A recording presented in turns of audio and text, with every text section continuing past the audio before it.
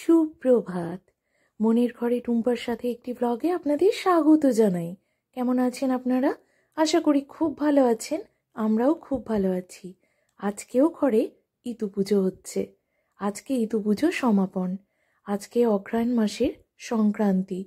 অঘ্রাণ মাসের সংক্রান্তিতে ইতু ভাসিয়ে দেওয়া হয়। তো আজকে ইতু পুজো হচ্ছে ওই কারণে। তো পুজো মিটে যাওয়ার পরে ইতুটা এখন ওখানেই রয়েছে। একেবারে বিকেলে বিসর্জন করব। সূর্য থাকতে থাকতে বিসর্জন দিতে হয়। আর এখানে আমি আলু সিদ্ধ করে নিয়েছি, মাখবো। বাপ্পা এত তাড়া দিচ্ছে যে খুব গরম লাগছে। খাওয়া দাওয়া মিটিয়ে চলে এলাম ছাদে।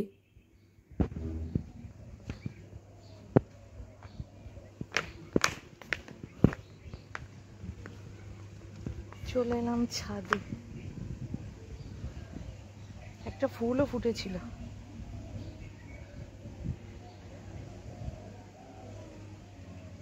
হাওয়া দিচ্ছে। 3 তলায় ছাদে যাব। এখন একটু বসবো। খুব রোদের জোর আজকে। এই লেবুটা কালকে পেয়েছি, মানে নিমন্ত্রিত বাড়িতে শেষ পাতে একটা ফল। ডিসেম্বরের কমলা লেবু বিখ্যাত। এটা খুব ভালো লেগেছে, ভীষণ ভালো লেগেছে। তো চলো রোদে বসে বসে এখন খাই। রান্না হতে এখনো ঢের দেরি। 10:30 বাজলো, 10:34। শীতে কথা জড়িয়ে যাচ্ছে। আলু সিদ্ধ দিয়ে মুড়িটা খেতে কি ভালো যে লাগলো বন্ধুরা, কি বলবো, ঝাল ঝাল হয়েছে। সিঁদুরটা পুরো মা শেতলা হয়ে গেছি। কানের দুলটা কাল অন্য পরেছিলাম, খুলেছি। কানের দুল খুললে আমার মোটামুটি 2-3 দিন না পড়লে ভালো হয় আর কি। না পড়লেই ভালো। আমার কানের দুল না পড়লে মুখটা কেমন লাগে, তাই না। কানের দুল ছাড়া ঘুম খুব ভালো হয়, মানে শুতে খুব আরাম হয়। এই জন্য 2 দিন ওইভাবে শুই, কিন্তু বকে ফাঁকা কানে থাকতে নেই, পড়তে হবে, নিচেই যাব। কমলা লেবুর গন্ধটাই আলাদা। বলেছি আজকে, রাতুলকে নিয়ে গেছে যে সাতগেছিয়া বাজার থেকে নিয়ে আসবে অনেক ভালো ভালো কমলা লেবু। এই খোসাগুলো আমি ফেলি না। এই খোসাগুলো দিয়ে গরম জল করি, ওই গরম জলে দিয়ে দিই, একটা সুন্দর একটা নির্যাস বেরোয়, সেটা দিয়ে স্নান করি। খুব রোদ লাগছে, খুব রোদ, খুব তীব্র রোদ নিতে পারি না যে।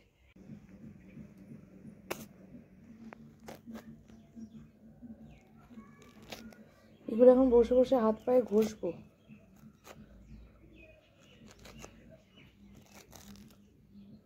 ভাবলাম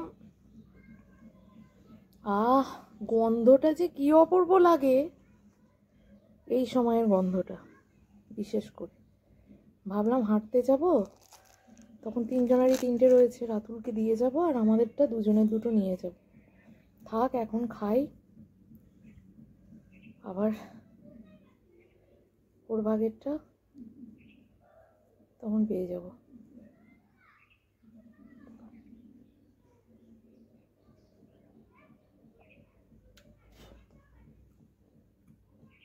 খুব মিষ্টি না, কিন্তু টক না। রান্নাঘরে চলে এসেছি বন্ধুরা। এবারে কড়াইও বসিয়ে দিয়েছি। কড়াইয়ে তেল গরম হয়ে গেছে।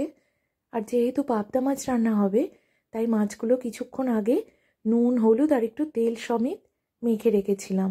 কারণ আঁশ ছাড়া তো ফুটবে, তো তেলের মধ্যে একটু নুনও দিয়েছি। কিন্তু নুন দিলে না তেলের মধ্যে, যেহেতু খুব নরম মাছ, তাই লেগে যায় খুব আমার, জানো তো। আর এখানে ধনে পাতাটা একটু বেছে রাখবো, একেবারে কৌটোটাও রেডি করে নিয়েছি। আর এই যে দেখো, এখানে কিছুটা ধনে পাতা আমি রেখে বাকিটা ফ্রিজে রাখবো, কারণ মাছের ঝালে ধনে পাতা মাস্ট। আর কিছু কিছু মাছের ঝাল স্পেশাল আছে যেটাই ধনে পাতা খুব ভালো লাগে। আর ধনে পাতা বেছে যদি এইভাবে একটা পেপারে মুড়ে কৌটোয় বন্ধ করে রাখা হয় ফ্রিজে, অনেক দিন ভালো থাকে। পাতাগুলো নষ্ট হয়ে, মানে হেজে যায় না, তো নষ্ট হয় না, খুব ভালো থাকে। আমি এভাবেই রাখি। আর চলো এই ধনে পাতাগুলো এবার মাছের ঝালে দিয়ে দেব। এই একটা মাত্র মাছ এখন রাতুল বর্তমানে খুব ভালো খাচ্ছে। বর্তমানে বললাম একটাই কারণ ওই যে রাতুলের খাবার ঠিক নেই, আজকে এটি ভালো লাগছে তো কালকে ভালো লাগবে না, তাই বললাম। এখন মোটামুটি বেশ ভালো লাগছে বলে খাচ্ছে। আর এখানে আমি গরম জল আজ দিইনি, গরম জল রেডি ছিল না। আর এখানে মাছগুলো ভাজা হয়ে গেছে। এদিকে গ্রেভিটা একটু ফুটে উঠলে আমি মাছগুলো দিয়ে দেব। এই মাছগুলো না আজকে ওই যে একটু নুন দিয়েছিলাম তেলে, সেই জন্য একটু লেগে গেছিলো। নুন দিলে এই নরম মাছ দিলেও আমার বড্ড বেশি ভেঙে যায়, মানে কি নুনের জায়গাগুলো একটু লাগা লাগা হয়ে যায়। খুব হালকা হাতে নাড়াচাড়া করে নামিয়ে নেব। হাঁটতে বেরিয়ে পড়লাম, 2:48 বাজছে। খেয়ে হাত ধুয়ে টেবিল মুছে জানি না বেরিয়ে পড়লাম লেবুটা হাতে নিয়ে।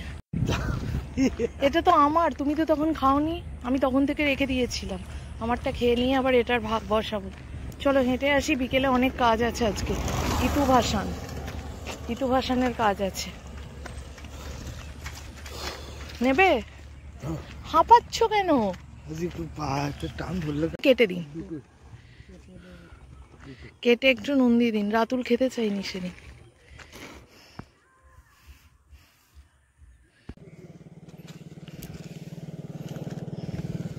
তুমি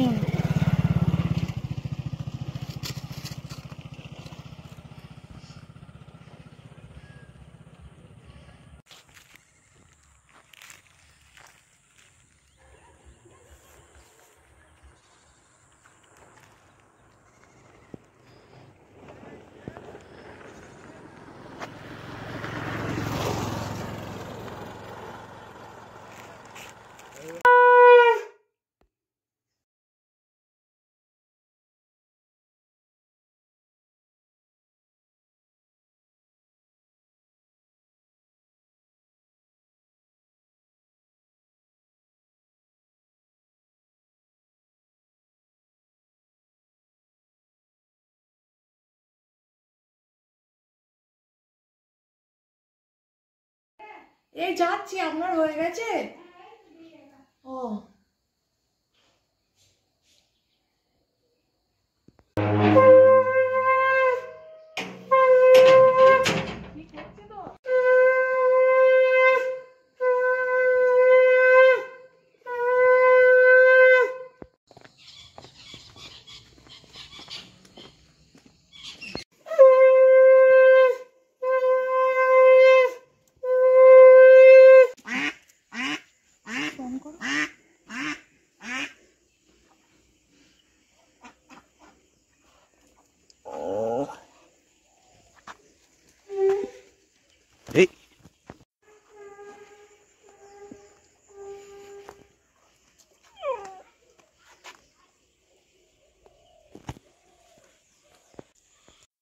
চলে এলাম আমি পুকুর ঘাটে। এখানে আমি ইতুটা ভাসিয়ে দেব। আর এবছরের মতো ইতু পুজো সমাপন হলো। এখানে আমি ভালো করে যে মালসাটার মধ্যে যে ইতু গাছ বসিয়েছিলাম সেটা ভালো করে আগে ধুয়ে নেব। তারপর যে ঘরটা পাতা হয়েছিল, যে ঘটের মালসার মধ্যে যে ছোট ঘরটা দেওয়া হয়েছিল, ওই ঘরটার মধ্যে 3 বার পুকুরের জল নিয়ে মালসার মধ্যে দিতে হয়। কি বন্ধুরা বলো তো, এত কিছু বলছি তার কারণ আমার মনে রাখার একটা বিষয় বলতে পারো, আর সাথে সাথে তোমাদের সাথে শেয়ার করাও বটে। কারণ ভুলে যাই, যেহেতু ওই যে নতুন নতুন সব কিছু করছি। তো এখানে 3 বার আমি জলটা নিয়ে এবার বাড়িতে গিয়ে যেখানে যা জল দেওয়ার দেব, আর বাইরে আমাদের মায়ের চাতালে দেব।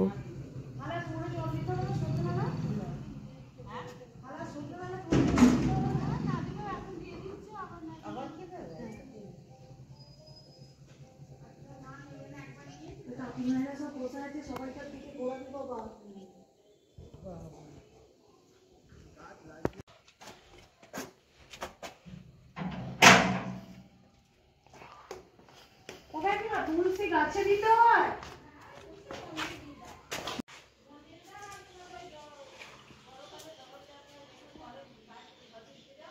নিচে না ছিটিয়ে বলছে, দুয়ারে জল দেওয়ার মতো না দেয়ালে? ও আমি আবার দেয়ালে দিচ্ছিলাম। তুমি গোটা দেওয়ালে দেবে নাকি?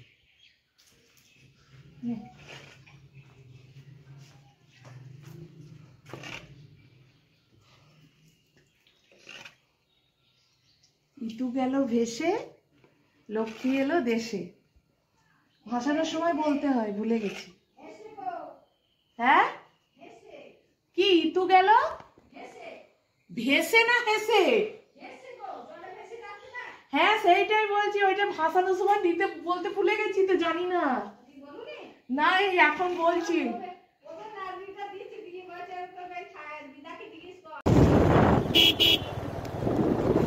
তাড়াতাড়ি সন্ধ্যা দিয়েই আমি আজকে বেরোলাম একটু কাজের উদ্দেশ্যে। আর এখানে আমি লেদে এসে নিজের ওয়েটটা চেক করলাম, কারণ বরমশাইয়ের কথা আর সহ্য হচ্ছিল না। কিন্তু আলটিমেটলি দেখা গেল ওর কথাটাই ঠিক। তাহলে বন্ধুরা, চোখের আইডিয়া আছে বটে। হ্যাঁ, অনেকটাই আমার ওজন বেড়েছে। লাস্ট মেপেছিলাম 67 নয় 68, এইটুকুর মধ্যে আমার ছিল। বাট ওই তো তোমরা দেখলে অনেকটা পরিমাণে ওজন বেড়ে গেছে। এখানে রাতুলের ড্রেস কিনবো, সেই জন্য ড্রেস কিনতে চলে এসেছি। ভেবেছিলাম যে মাধ্যমিকের পর মানে 11-এ নতুন ড্রেস বানাবো, যেটা আমি প্রতি বছরই বানাই। কিন্তু এই ড্রেসটা না খুব বেশি পাতলা হয়ে গেছে, তাই ভাবছি কবে কি সমস্যার সৃষ্টি হবে। আর পুরনো যে ড্রেসগুলো ছিল সেগুলোও রাতুল ইউজ করতে পারতো, বাট এখন আর সেটা ইউজ করা যাবে না, অনেক ছোট হয়ে গেছে।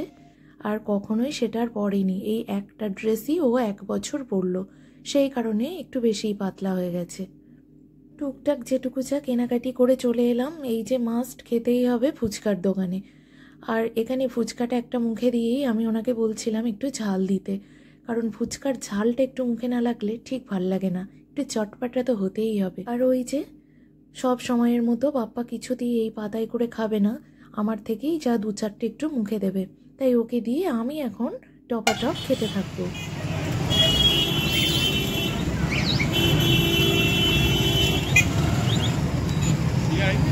জল ফুচকাটা খাওয়ার পরেই চোখ গেল এই চাটনি ফুচকাটার দিকে। একজন বানিয়ে নিচ্ছিল, তাই ভাবলাম এটুকু টেস্ট করা যাক।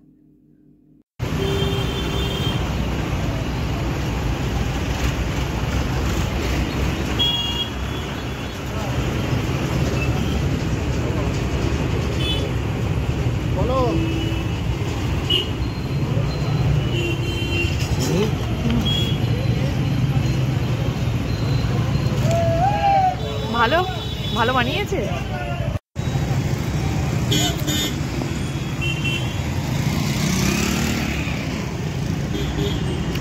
তারপর একটা চপের দোকানে দাঁড়িয়ে দুজনে দুটো চপ নিলাম।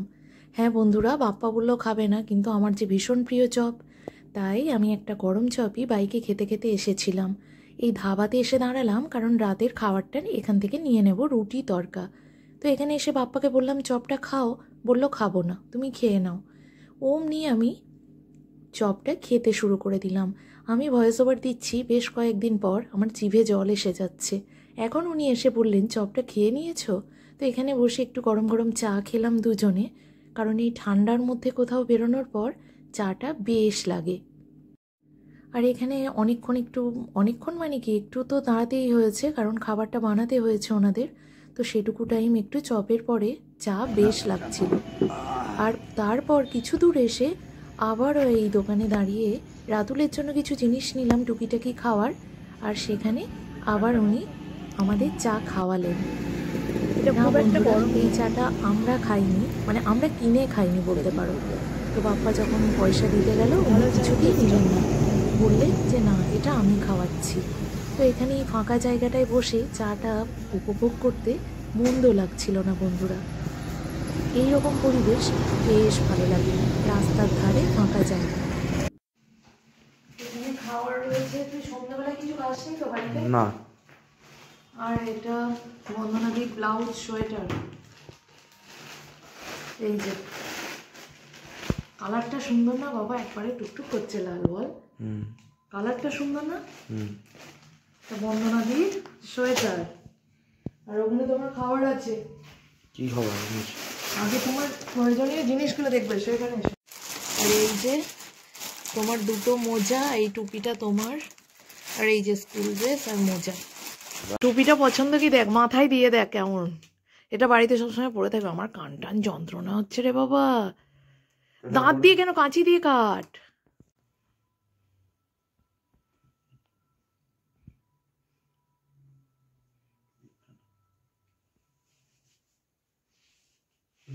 দারুণ টুপিটা। দেখি ফের আমার দিকে। ডাকাত ডাকাত লাগছে। না মোটেও না, দেখি তোর পছন্দ আরাম কিনা বল। গরম আছে। ভালো হয়েছে না?